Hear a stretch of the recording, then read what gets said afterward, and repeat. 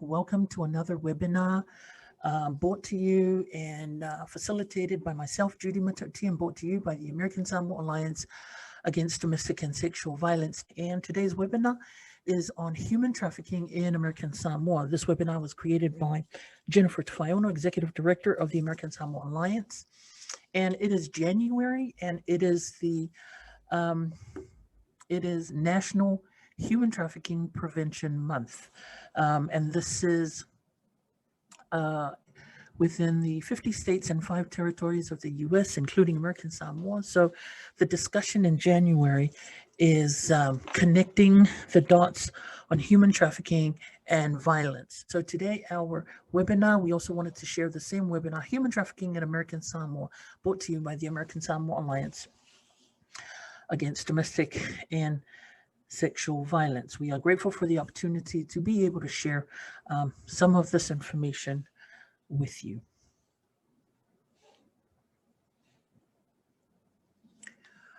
Okay, so today we wanted to share what we'll be able to share, and hopefully by the end of this webinar, we hope that when our time is up today, we would have been able to share some of this information, including our culture, the Samoa, or the Samoan way, and the framework for human trafficking here, social justice and human trafficking within our territory, viewed and seen from the lens of victims in American Samoa, and becoming agents of change in our community to combat human trafficking.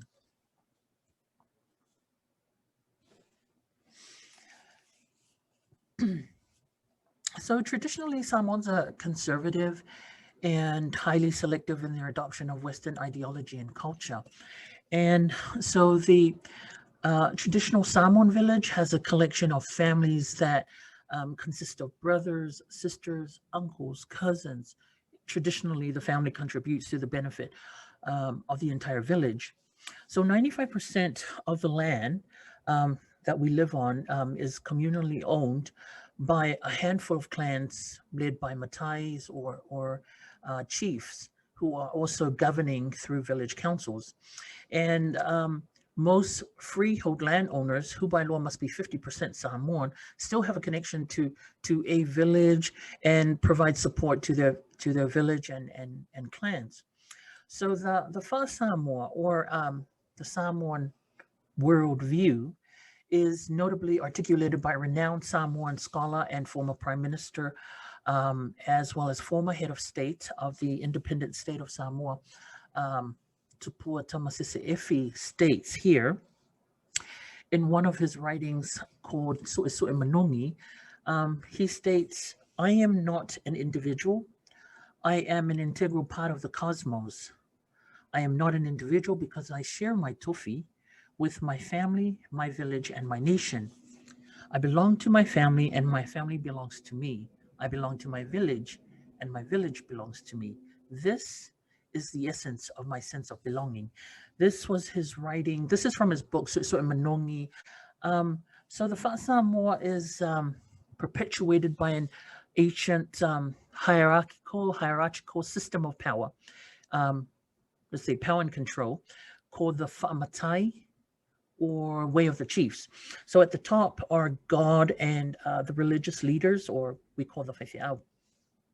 And next below is the ali'i, or chiefs who trace their lineage and their falupenga back to ancient Samoan clans and ultimately the gods themselves. This was replaced by missionaries, of course. And so titled men, those bestowed chiefly names within the village council or within their families by elders, are considered the next level of leadership. And so below them are the untitled men and women and children. And women are rarely given a matai title, and they hold support roles as sister and later wives, or faletua, which means in English, back of the house. They're faletuas to their spouses or husbands. And the father is the head of the family. So the work to eliminate domestic and sexual violence in American Samoa requires that our Fa Samoa, or our Samoan way, be an integral part, an important part, a big part of the conversation in eliminating violence, or used to develop the training to promote community and tolerance of to behaviors such as human trafficking, physical violence, sexual violence, so to eliminate violence within our community. So we are at our strongest when we gather at work for the benefit of our village, um, um, when we gather and work for the benefit of our village and or family. So the problem becomes when a victim of violence requires assistance or support, and if their needs negate the success of the village, then the victims become voiceless. And they're told not to share their stories and to suffer in silence. So human trafficking, it's one such crime in our community that is discussed behind closed doors because in many times it impacts the village or the family. We'll discuss that more in detail when we look at some actual case studies. Okay, so we wanted to include this image. Left is an earlier photo of a Samoan village, and the right is the most recent picture of a Samoan village. The words of Tupuatum Sis'efi, remain true here. The traditional Samoan village has a collection of families that consist of brothers, sisters, uncle, cousins. Traditionally, the Samoan family contributes to the benefit of the entire village, and 95%, again, of the land is communally owned by a handful of clans that are led by matais or chiefs that also govern throughout village councils. If you see there, in the left is an earlier photo of a Samoan village. Those houses or those huts that is a setting of an entire family. How the uncles that we mentioned, the brothers, the sisters, everyone lives in a hut around each other.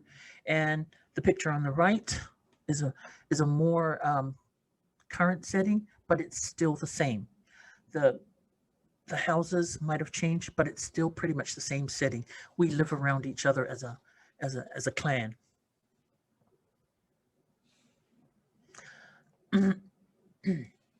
So as we do this work of fighting domestic and sexual violence in our territory, it's important that our community learn of situations or factors which create challenging events for victims of violence. And for our culture, there are traditions and cultural practices that support, believe it or not, that support human trafficking. And in order to change the lens in which social norms are accepted as tradition, it's important to learn some of these concepts.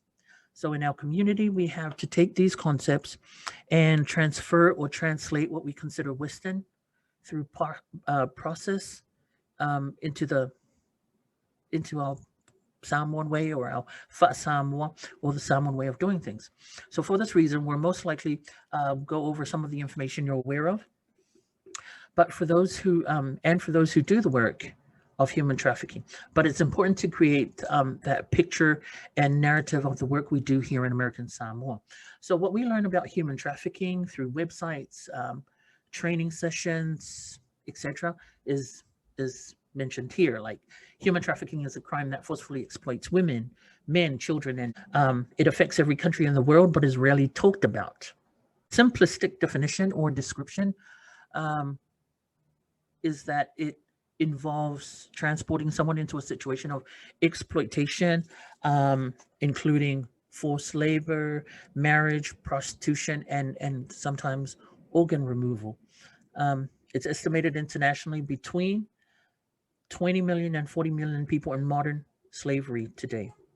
And only 0.4% survivors of human trafficking cases are being identified. So these are some of the things that we learn from each other or from the internet or training sessions, about human trafficking.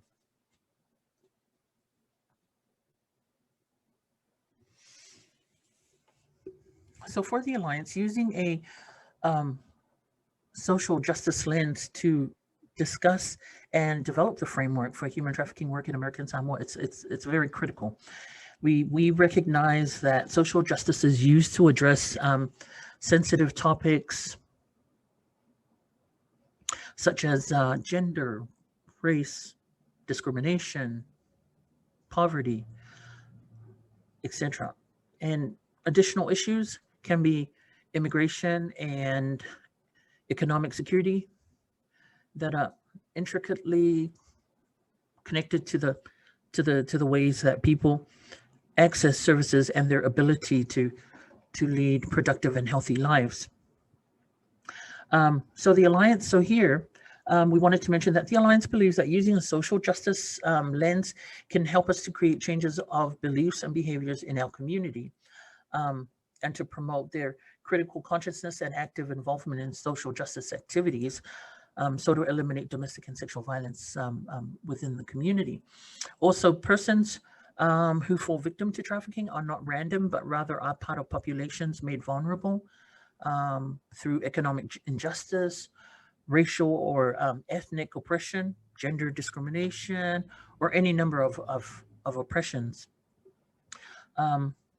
It is also it is through sets of conditions or destruction of local economies where vulnerable people immigrate in search of a better life for themselves, and therefore placed in sets of conditions where they fall prey to traffickers. So, for example, when people have to move to other countries to, to find a better way of life. And also, as we move forward, this is extremely important to remember because for American Samoa, what happens when culture and mix of vulnerability meet the definition of human trafficking.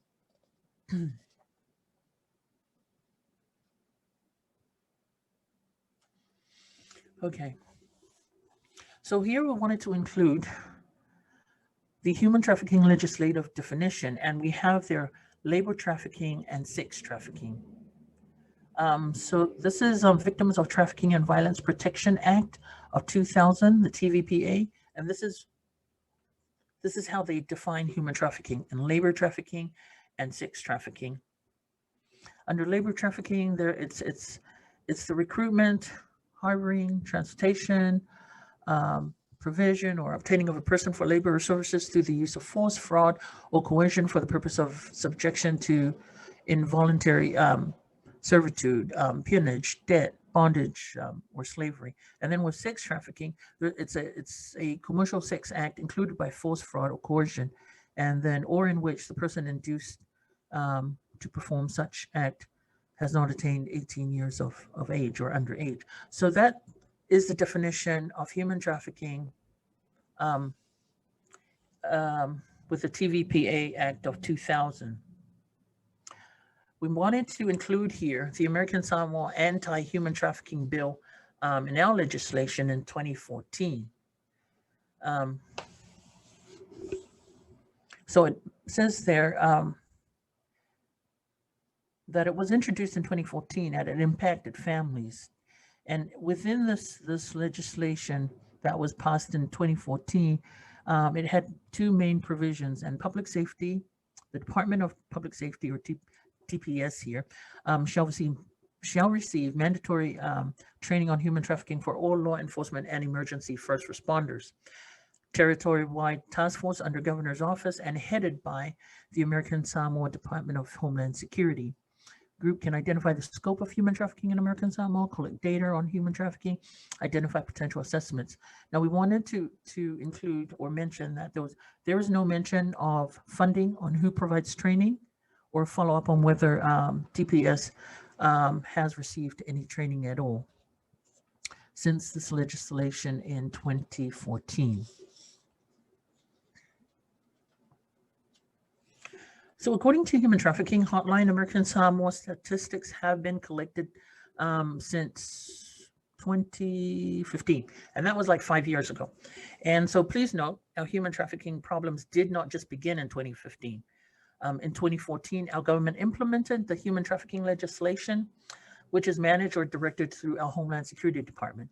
And according to the Human Trafficking Hotline data collected from 2015 to 2019, a total of 5 contacts, 2 in 2015 and 3 that were possibly recorded prior to 2015. So a total of 3 cases were reported with one case being reported in 2019. This would lead us to believe the two other cases were reported prior to 2015. Yeah. And so when the legislation for human trafficking was developed by the Attorney General at that time, Ms. Mitzi Jessup, stated that the majority of human trafficking victims in the territory are citizens of Samoa, from our neighboring Samoa, or our sister Samoa, as some would say. They share the same culture practices, share the same language, and we have family ties. We're connected through land, family lineage, but the biggest difference is American Samoa is a U.S. territory. So many come to American Samoa to be with family, to find a better future, and these vulnerable populations who come to American Samoa for better opportunities would meet the definition of human trafficking as discussed or mentioned earlier. But in the Samoa, some can disagree that this isn't human trafficking. These are a few major cases before our legislation in 2014. 2005, former owner of American Samoa Garment Factory, who was sentenced to 40 years in prison for his role in holding over 200 victims in forced servitude. The owner of the Devusa Garment Factory was convicted on February 2003 of numerous federal criminal violations, including involuntary servitude, extortion, and money laundering. The workers were recruited from China and from state-owned labor export companies in Vietnam, and they paid fees of approximately between $5,000 and $8,000 just to gain employment at this factory, and risk retaliation and punishment at home if deported back to their native lands. The defendants preyed on this vulnerability and subjected the laborers to poor conditions as well as minimal pay. So in March 1999, after months of mistreatment, the workers complained after their plight and attempted to obtain food from local residents. I remember they used to walk around the island throughout the day, and so the defendants retaliated using arrest, deportation, food deprivation, and brutal physical beatings to force workers to operate in the factory. In one episode, a woman was beaten so badly that she lost an eye. And this abuse continued through November 2000, according to reports. There were two Chinese nationals who were sentenced for their roles in conspiring or to force women into prostitution in American Samoa, and that's that 2008 case. There was Wang. The defendants were named Wang and Kuo, and Wang was sentenced to 62 months imprisonment. The other one, Kuo, was sentenced to 63 months imprisonment, and both, along with several other co-defenders, operated a scheme to recruit and import Chinese women and hold them in prostitution in nightclubs and brothels here in the territory. So upon arrival, the victims who were unpaid were denied access to their passports and returned airline tickets. And also were denied the opportunity to leave until they had paid off increasing debts. And so 5 defendants pleaded guilty in this case in 2008. 2 co-defendants, another 2, Chen and Zhang, both Chinese nationals again, they pleaded guilty to conspiracy to transport women in foreign commerce for purposes of prostitution based on their roles in the same scheme. So in August 2007, an American Samoa who was also involved in this case, defendant Uyanga Lei, pled guilty to using intimidation and threats to persuade witness to provide false testimony during this human trafficking investigation. So in September 2007, Zhang was sentenced to 11 months imprisonment and 3 years of supervised release, and Chen to 6 months imprisonment and 3 years of supervised release. The other case, in 2013, with Hanipale Malai, he is an American Samoa man who was sentenced to repeatedly raping a teenager and 2 other women he brought from the neighboring Samoa. to work in his home and help care for his 9 children, threatening to send them out of the territory or deport them back to Samoa if they refused his sexual advances. So those are some of the cases that happened before our legislation in 2014 on human trafficking cases. Okay, so here we have cultural vulnerability to trafficking. So there are factors that make our islands vulnerable to trafficking and through cultural lens. And cultural traditions, bringing family members from Samoa to be caregivers or workers, and residents complain saying bringing relatives from Samoa to do domestic work is a long-standing practice and should not be seen as trafficking. Then there's immigration sponsorship. There are laws on sponsorship, and sponsors sometimes apply this to the point where it becomes power and control. And they're basically controlling everything concerning the individual that they sponsor, and can seem like imprisonment for some at times. So the sponsor, these immigration sponsorship and the sponsor alone holds a lot of power over over someone that they sponsor or bring over to the island. With gender-based violence, where women are mostly the victims, and there are few anti-trafficking efforts. There's a need for a multicultural approach to human trafficking to fully understand its impact here in our community.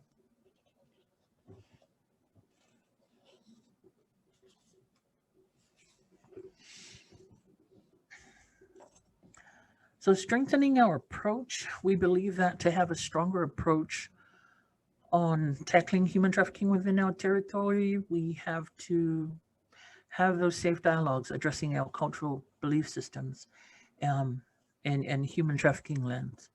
Be able to identify human trafficking even though it's a hidden crime. Be able to see the signs or so.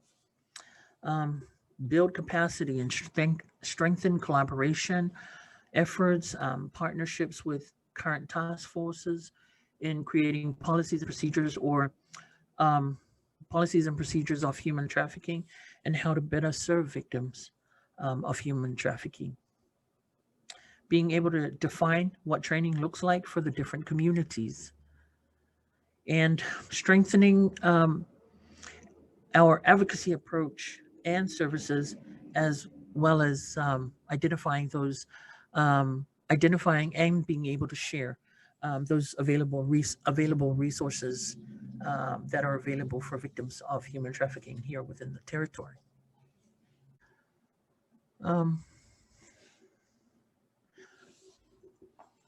So we want to thank everyone who was able to join us today on this webinar, this discussion.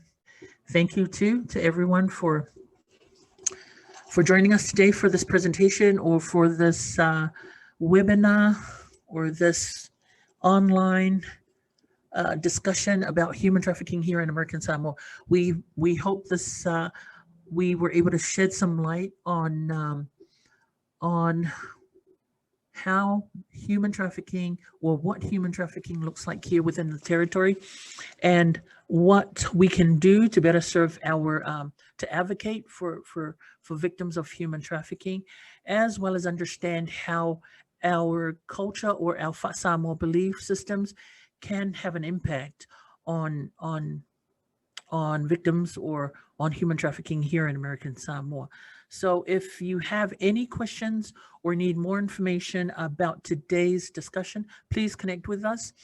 You can email us at asadsv@gmail.com or call us at 684-699-0272 and connect with us. Please check more information on the works of the Alliance on our Facebook page. You can find more information on our Facebook page at American Samoa Alliance Against Domestic and Sexual Violence, or go to our website at www.asalliance.co to update yourself on the work of the Alliance here within the territory, as well as be able to view some of our other webinars and podcasts. You can connect with some of our podcasts or listen to some of our podcasts on through Anchor, and be able to see more of our webinars on YouTube, on our YouTube channel. So thank you everyone for connecting or joining us today, and we hope today's discussion was able to provide some of the information on some of this prevalent issue here within our territory. We thank you, and stay tuned for more webinars. Join us tomorrow for the Samoan version of the same webinar. Tomorrow is Friday, January 29th, same time at 11 a.m. Thank you everyone again, and have a great day. Soifo.